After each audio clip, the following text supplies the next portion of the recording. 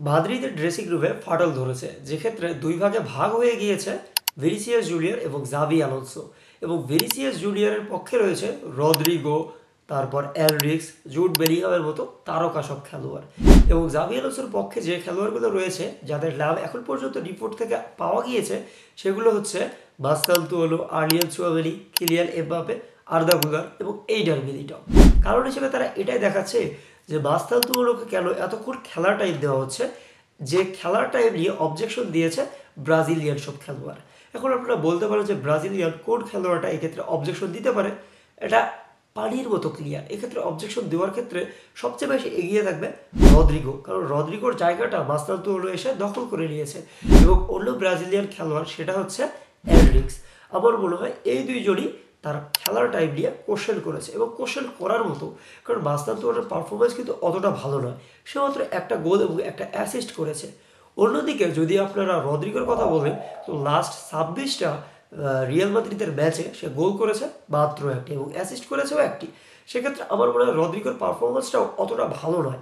অন্যদিকে আপনি এনরিকের কথা যদি বলেন, এনরিককে যতক্ষণ খেলতে দেওয়া হচ্ছে এনরিক ভালোই খেলেছে।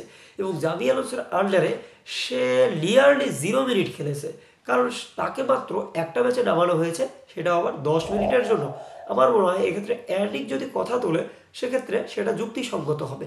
অন্য প্লেয়ারের ক্ষেত্রে এটা হবে না।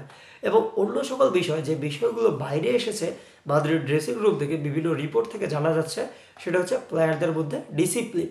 কারণ তারা ড্রেসিং রুমে ওইভাবে ডিসিপ্লিন মেনটেন করতেছে না। কারণ কার্লো আনচেলত্তির আন্ডারে প্লেয়ারগুলো ছিল একদম ফ্রি, কারণ তারা প্র্যাকটিস করতে ওইভাবে যাইতো না। যেগুলো হেভিওয়েট প্লেয়ার রয়েছে, যেমন Vinicius junior, Bellingham, Eder Militao, Rudiger, এরকম প্লেয়ার, রদ্রিগোর মতো প্লেয়ার, তারা ওইভাবে প্র্যাকটিস করতো না। তারা খেলার পরবর্তী সময়ে কার্লো আনচেলত্তি থেকে ছুটি নিত এবং বিভিন্নভাবে ছুটি কাটাইতো। কিন্তু জাভি আলোনসোর আন্ডারে এটা হচ্ছে না। সে তাদেরকে কঠোর দিক নির্দেশনা দিচ্ছে, এবং এটাই নিয়ে খেলোয়াড়দের মধ্যে বিরূপ মন্তব্য সৃষ্টি হয়েছে। কারণ তাদের কথা অনুযায়ী তারা হচ্ছে ওয়ার্ল্ড ক্লাস প্লেয়ার, তাদেরকে ওইভাবে প্র্যাকটিস করতে হবে না, এবং তারা তাদের ডেলিভারটা ওইভাবেই দিতে পারবে যেভাবে তারা কার্লো আনচেলত্তির আন্ডারে দিয়েছিল।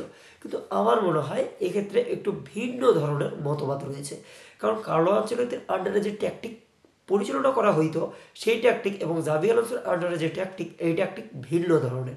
কারণ কার্লো আনচেলত্তির আন্ডারে তারা শুধুমাত্র জয়কে লক্ষ্য করেই খেলতো। সেক্ষেত্রে যে কোনো প্লেয়ার পারফরমেন্স দিলেই তারা ম্যাচটা জিতে আসতো। এক্ষেত্রে ভিনিসিয়াস জুনিয়র অনেক ভালোভাবে ড্রিবল পাস করে একাই গোল করতো, 16 রান দিত। অন্যদিকে জুড বেলিংহাম, রদ্রিগো এইভাবে খেলতো। কিন্তু জাভি আলোনসোর আন্ডারে সেটা না। জাভি আলোনসো মূলত প্রেসিং করে, এবং প্রেসিং করার মাধ্যমে বল উইল করে, এবং তারা বিল্ড করে খেলাটাকে, এবং বিল্ড করার মাধ্যমে গোল দেয়।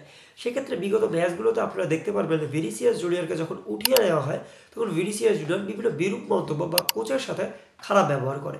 এর ক্লাসিকোতে তাকে লিটারালি বলতে শোনা যায় যে কেন সবসময় আমি, এর থেকে ভালো হয় আমি ক্লাবটা ছেড়ে দেই, আমার মনে হয় এটাই আমার জন্য ভালো হবে। এবং রায়ো ভাইকনের ম্যাচে যখন সাবস্টিটিউট করে জাভি আলোনসো, তখন তাকে বলতে শোনা যায় যে আজকের কোচের সাবস্টিটিউট দেখে আমার মনে হচ্ছে যে কোচ যেন জিততে চাচ্ছে না। আমার মনে হয় এইরকম ব্যবহার যদি ভিনিসিয়াস জুনিয়র করতে থাকে, তাহলে তাকে রিয়াল মাদ্রিদ ছাড়তে হতে পারে। কারণ এতদিন পর্যন্ত ভিনিসিয়াস জুনিয়রের ওপর পূর্ণ আস্থা রেখেছিল ফ্লোরেন্তিনো পেরেজ, কিন্তু সেই আস্থাটা ফ্লোরেন্তিনো পেরেজ ধীরে ধীরে হারাচ্ছে তার উপর থেকে। এবং বর্তমানে ফ্লোরেন্তিনো পেরেজ পুরো আস্থা রেখেছে জাভি আলোনসোর ওপর, এবং জাভি আলোনসোকে পুরো ড্রেসিং রুমে অ্যাক্সেস দিয়ে দিয়েছে। তো আপনাদের কি মনে হয়, ভিনিসিয়াস জুনিয়র এবং জাভি আলোনসোর মধ্যে যে দূরত্ব, এই দূরত্বটা কি কমবে নাকি আরও বাড়বে? কমেন্ট বক্সে জানাতে পারেন।